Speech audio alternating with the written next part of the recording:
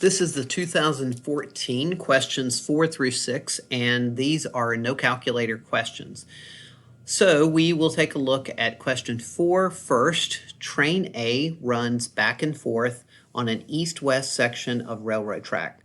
Train A's velocity is measured in meters per minute as given by a differentiable function. So that means that if v is differentiable, v is continuous, and that also means that the position of the train, the preceding function, is also continuous. Where t is measured in minutes, selected values for the velocity of train A are given in the table above. So these are velocities that you're seeing in the table. In letter A, we are finding the average acceleration of the train. Now, I know that some of you, my students reading this, are thinking average value of acceleration, but remember, we don't have the acceleration function here, so we cannot do an integral. The definition of average acceleration is change in velocity. So it is an average rate of change, but we're using the velocity function, average rate of change, or change in velocity over change in time from the interval from 2 to 8. So literally we're going to do change in y, so negative 150 minus 100 over change in x, or t, which is 12 minus 2. So negative 120 over 1, or minus 100 over 6. And this is perfectly fine difference quotient. I don't need the simplified answer. They don't remember if they asked for units. How could I forget that so quickly? It's a good idea to give the units. I'm just looking down at the bottom to see if units come in anywhere. But they do give us units, so you should report out units because we never know when they're going to count those points or not. So since velocity was measured in meters per minute, acceleration would be meters per minute, which is meters per minute squared. But there's only 1 point for just calculating the average acceleration. In question B, I'm going to clear the annotations. In question B, we are trying to find out if the data in the table support the conclusion that the train's velocity, now think very carefully, we're trying to figure out if the velocity of the train is negative 100. We're trying to find if the velocity is negative 100, and we have velocity. So we're sticking with the same function. We're actually talking about whether or not the y values of velocity, or whether the y value of velocity is equal to negative 100, and we have velocity. So we are talking about the intermediate value theorem from 5 to 8. Now remember, the condition of the intermediate value theorem is that we have to be talking about a function that's continuous on a closed interval. But they told us in the prompt that velocity is differentiable, therefore velocity is continuous on the closed interval from 5 to 8. Now when we look at the y values at 5 and at 8, so here's the y value at 5, here's the y value at 8, and certainly negative 100 is between 40 and negative 120. Therefore, the data in the table do support that the velocity will be negative 100. So we're going to state, not necessarily, remember this is written for a math teacher, so you're going to state since v sub a is differentiable, it is also continuous on the closed interval from 5 to 8. And then we're going to report that the velocity at 8 is negative 120, the velocity at 5 is 40, and that negative 100 is between negative 120 and 40. Therefore, and you don't have to state the intermediate value theorem, you can simply say, therefore, there must be a time when velocity is negative 100. So you get 1 point for showing that when negative 100 is between the two velocities, and then the conclusion using IVT, you needed the condition of the theorem to get that point. Moving on to letter C. In letter C, we have at t equal to 2, the position is 300 meters. So that's an initial condition. Time 2, we are at 300 meters, and it is east of origin station. And the train is moving east, or sorry, let me read that again. position is 300 meters east of origin station, and the train is moving to the east. Write an expression involving an integral, so they're giving you a hint what needs to happen, that gives the position of the train, A, in meters from the origin station at t equal to 12. Then, after we write that integral, they want us to use a trapezoidal sum with 3 subintervals indicated by the table to approximate the position of the train at t equal to 12. So remember we had that initial condition, so we have 300 units, or in this case 300 meters, that have already been accumulated. And we're going to start at, so S sub A of 2, so there's the 300 meters, and it's right here. Starting at 12, 2, stopping at 12, there's the accumulation, there's the integral. So that's the position expression that they're talking about. They told us to write an integral. All right, so now we're going to do a trapezoidal sum, and the trapezoidal sum is really just for the integral part. So you could have the 300 plus in front of it, or you could just have your individual trapezoids, because the heights of the trapezoids are different. So you have to look at the subintervals very carefully. So for the first trapezoid, the height is 3, and then we have base 1, base 2 divided by 2. The second trapezoid, the height is 3, base 1, base 2, so it's 40 plus negative 120 divided by 2, and the height of trapezoid 3 is 4, negative 120 minus 150 over 2. Now, this will get you, in that box, will get you the trapezoidal sum. The position at t equal to 12, all you have to do to get that final answer is, if I take the box away, let's see if I can do that very carefully. So if I take the box away right here, okay, and I add 300 to that. Now, again, I wouldn't say that that's equal to that integral. I'd have the 300 here also. This will get me the second point as well as the third point, because that sum is negative 450. Position at time 12, and yeah, negative. Oh yeah, here's the 300. The negative 450 is what you get for the trapezoidal sum plus the 300. So actually, if you combine all of the trapezoids and the 300, you get negative 150. All right, and then finally, letter D is what you've all been waiting for, a related rate problem, but it is a basic related rate problem. A second train, B, travels north from the origin station. So if it's traveling north, it's moving in this direction, and train A was moving east in this direction.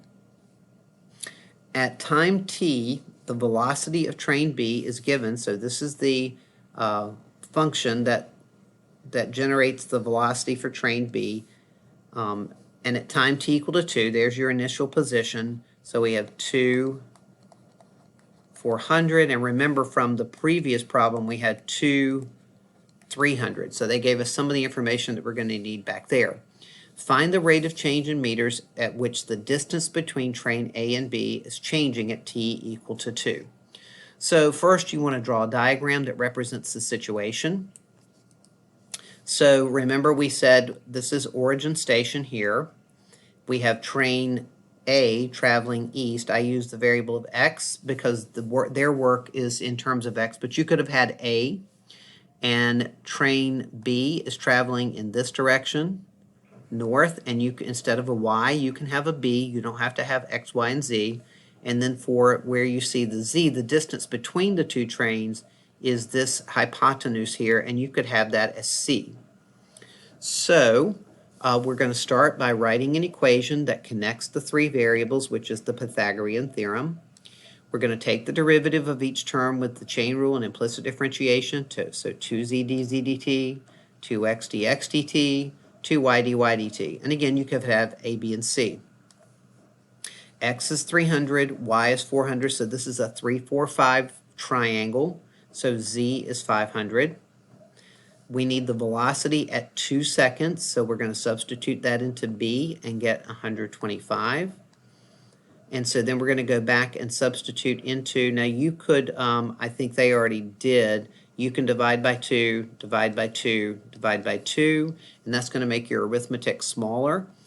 So then we're going to substitute z, and then there's dz dt. We're going to substitute x and dx dt, y and dy dt, and the final answer, if you get rid of this 500 and divide it on the right-hand side, you can have that as your final answer. You do not need to do those calculations. So I assure you this is not a hard related rate problem. And by the way, the dy dt, where is that? The dy dt comes out of the table. So at 125, the velocity at 2, the velocity at 2 is, oh, that's train A. So the velocity at 2 is 100, and then you're going to use the function to generate the velocity for train B. All right, so it's just keep your work organized. It's really not that hard of a related rate problem. All right, let's move on to question. Here's student work. So not sure why I put it in here, but I guess it just helps you to see how students write and what it looks like. So the student did letter A, and you can see their work. It's just an average rate of change. In letter B, they stated the conditions of the theorem. They told us that the function, I don't like but they've referenced velocity right here. That's why they get away with it when they say the function. When we read that and we see that phrase, the function, we go back to the most recent function that we can find, which in this case is velocity, and they tell us that the velocity function is continuous. So therefore, the train's velocity must be negative 100 because it's surrounded, or they gave us the negative 120 and the 40. And then in letter C, you can see the student work. They are finding the position of the train. That was part C. So that's, yeah. Be careful with putting a plus 300 in the back, because if you forget that dt, we're going to have some issues. And then they did their trapezoidal rule. And then I guess I, for some reason, don't have the related rate work in there. So I'm not sure why I wanted to show you that, but there it is. All right, question 5. So in the year 2014, students at Quince Orchard High School averaged 7.9, an average. And that was like 80-some students took this test, and the average was 7.9, which means that a ton of students got 9 out of 9 on question number 5. So this is a question that's very doable, and so let's see how you do here. Don't know what I'm trying to say. All right, so question number 5 is a classic all about me sheet problem, and they give you lots of information. They have f original, they have the first derivative of f, and then they go to a different function, g original, and the first derivative of g. Now, depending on the time, you can actually transfer this information onto a number line if you want to, because we see that we have first derivative, we have a critical number. Let's go with the right colors here. We have a critical number because the first derivative is 0 at -1, and a critical number, first derivative 0 at 1. And then for g prime, there's not a critical number at -1, but there is a critical number at 1. So you can get all of that out of the table. May or may not need the information into a number line. So the first thing they tell us is that the twice differentiable functions, meaning that f and g both have a first and a second derivative, twice differentiable.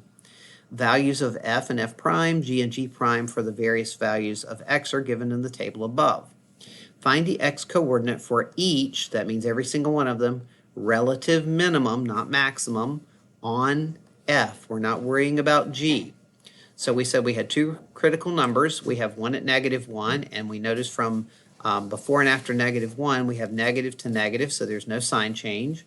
And then from around 1, we go from negative to positive, which is a decrease, to an increase. So there is a relative minimum at x equal to 1 because f prime of 1 is 0, and f prime, and the first derivative changes from negative to positive at that time. So in letter A, we're looking for x is the only critical point or critical number at which f prime of x changes from negative to positive. Therefore, f has a relative minimum at x equal to 1. In letter B, explain why there must be, so they're telling you it's going to happen, must be a value c between negative 1 and 1 such that the second derivative of f, so in the table we have f and f prime, and now they're launching us down to the second derivative, meaning we're looking at the mean value theorem because we're moving down to the second derivative. Or we could use Rolle's theorem. I like Rolle's, but remember, Rolle's is a special case of the mean value theorem. So the first thing we have to do are state the conditions of the theorem. And remember, the conditions of the mean value theorem is that, first of all, since f prime is differentiable, f prime is continuous. Remember that the function f is twice differentiable. So since f prime is differentiable, f prime is continuous on the closed interval. So we're not talking about original function, we're talking about f prime. So we're going to go to the table values and we're going to calculate the average rate of change from negative 1 to 1. So if we go to the f prime row, let me clear away some of this stuff. So f prime of negative 1 to 1, we know that those first derivative values are 0. We've already examined that. So we have 0 minus 0 over 1 minus negative 1, which is 0 over 2, which is 0. So there's the average rate of change equaling the instant rate of change of 0. Or you can go with Rolle's theorem and say since f of b minus f of a, or in this case, f of 1 equals f of negative 1, they have the same y value. You can go with Rolle's or mean value theorem. If you go with Rolle's, you don't have to show that the average rate equals the instant rate. You would not have to show this. You would have to state the conditions, differentiable, continuous, and then you could say since f prime of 1 equal f prime of negative 1 equals 0 by Rolle's theorem, there must be a time when the second derivative is equal to 0. In letter C, pay very close attention to the symbolic work. We have h of x being defined as ln of f of x, so we have an inside function, so ln is the outside and f of x is the inside. And remember, when you take the derivative of ln of u, you get u prime over u. We're going to find h prime of 3, so u prime, u is f of x, so f prime of x, u prime over u, and then we can substitute 3 and get the values out of the table. You can leave your answer unsimplified. 1/7 times 1/2. You could leave that. So you can leave it in any unsimplified form that you want to. Doesn't really matter. In letter D, we are evaluating a symbolic representation. And this is another opportunity to practice u substitution because there's definitely an inside function. So let's take a look at that down here in part D. So we're going to find the antiderivative of f prime, and if we find the antiderivative of f prime, that's going to take us eventually back to f.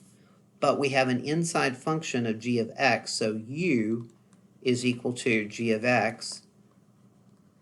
U substitution, du is g prime of x dx, and the g prime of x dx is sitting right there, which allows me to do the u substitution. So this is really not a bad problem. The only thing you got to remember is to change your bounds if you're going to stay in terms of u. So you can look at their work, but I'm going to, for my students, this is the way we usually do it, let u equal to g of x, du is g prime dx. So notice right here, I did change my bounds.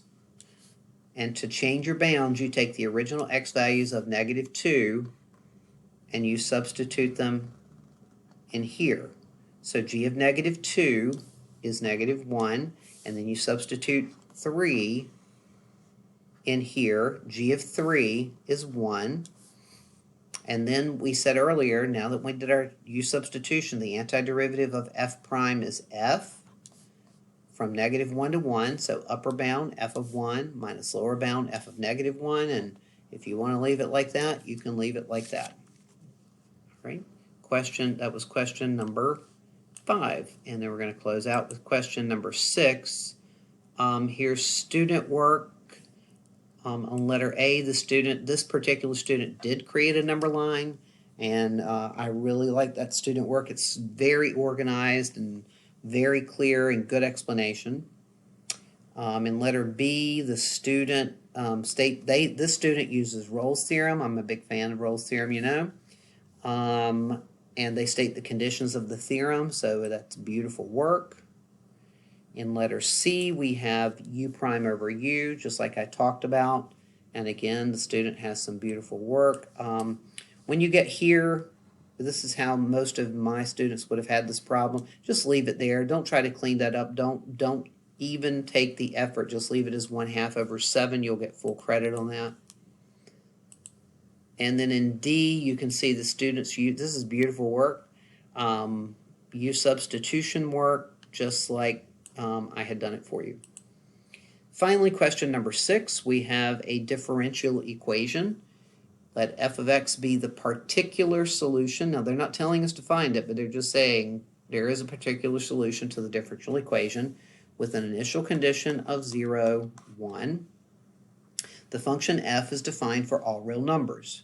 A portion of the slope field, so you're not producing one, one's given, of the differential equation is given below. Sketch the solution curve through the point 0, 1.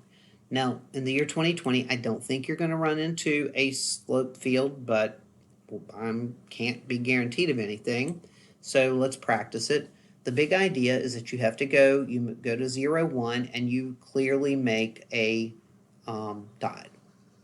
So I want to see the point that you're going through, and you have to be careful on this one because you have to look at the scale. There's a 3 up here, so it's 1, 2, 3.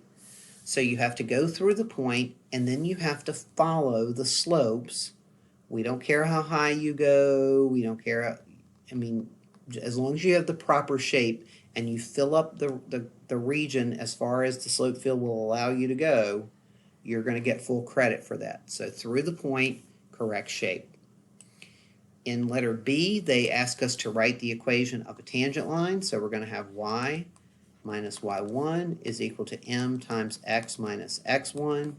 They're giving me the x1, they're giving me the y1, so all I have to do is substitute 0, 1, or actually only the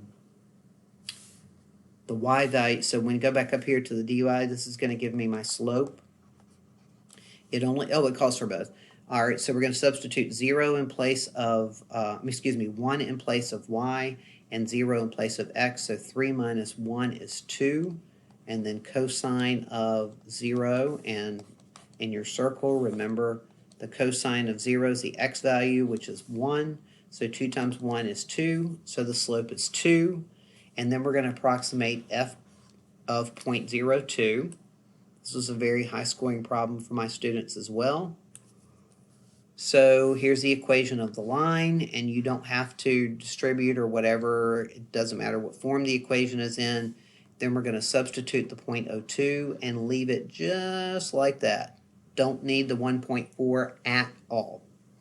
And then finally, part C is to actually solve the differential equation using finding the particular solution using the initial point 0, 1 to find the value of C.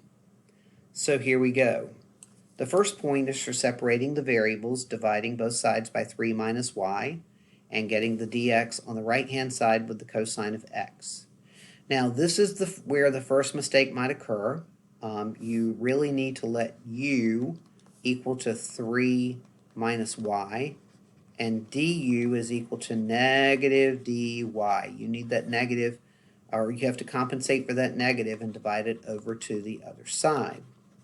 So then you can see this as u prime over u, but you are going to need the negative right here.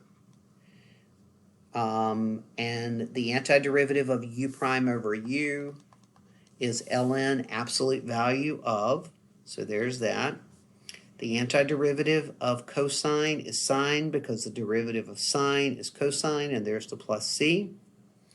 Substituting in the, let's see, the initial condition of 0, 1. So we're substituting a 1 here, a 0 here. 3 minus 1 is 2, and the absolute value of 2 is 2. So we have negative ln 2. The sine of 0, the y value at 0 is 0. Therefore, c is negative ln of 2. So we will substitute, get some of this out of the way. So remember that the important thing is to substitute the c value back where you left off, which is right here. Now we have to get y by itself, which is really the hardest point. So what I would do first is I would divide the negative to the right-hand side, and that would give me ln of absolute value of 3 minus y equal to ln of 2. I'm reversing because I'm changing the signs, minus sine x. It could still be negative sine x plus ln of 2. So I divided both sides by negative 1. And remember, the base of ln is e, so I'm going to exponentiate both sides. So I get 3 minus y on the left side, e to the ln of 2 minus sine x. That's the same thing as e to the ln of 2 times e to the negative sine x, law of exponents. E and ln undo each other, leaving me with 2 e to the negative sine x, which is what you see right here. And then I had 3 minus y on the right-hand side, so I'm going to subtract 3 and divide by negative 1. So in this problem, you must have had at least one correct antiderivative to get the plus c point. So when in the scoring rubric, there's 2 points for the antiderivatives, and they split those points for this particular problem. So you had to have at least one of the antiderivatives correct to get the plus c point. You also had to show the substitution of sine 0, not just magically get the number 1. And then finally, to solve for y point, you had to get all 5 previous points. So if you missed one of your antiderivatives, if you only got one of these points right here, then you automatically were done with the last point. And then this is me showing the work that I just showed you just a few minutes ago. Actually, I think what I'm doing in this case, let me look at it again. In this case, instead of solving for c, I solved for y first. So if you want to take a look at that, I exponentiated both sides just like I did before, and then I used the laws of exponents to get c e to the negative sine x minus, subtracted the 3, and evidently it's at that point that I substituted 1 and 0, found the value of c to be 2, substituted it back in where I left off, and then got y by itself. So the order that you do that doesn't really matter. You just need to be really, really careful.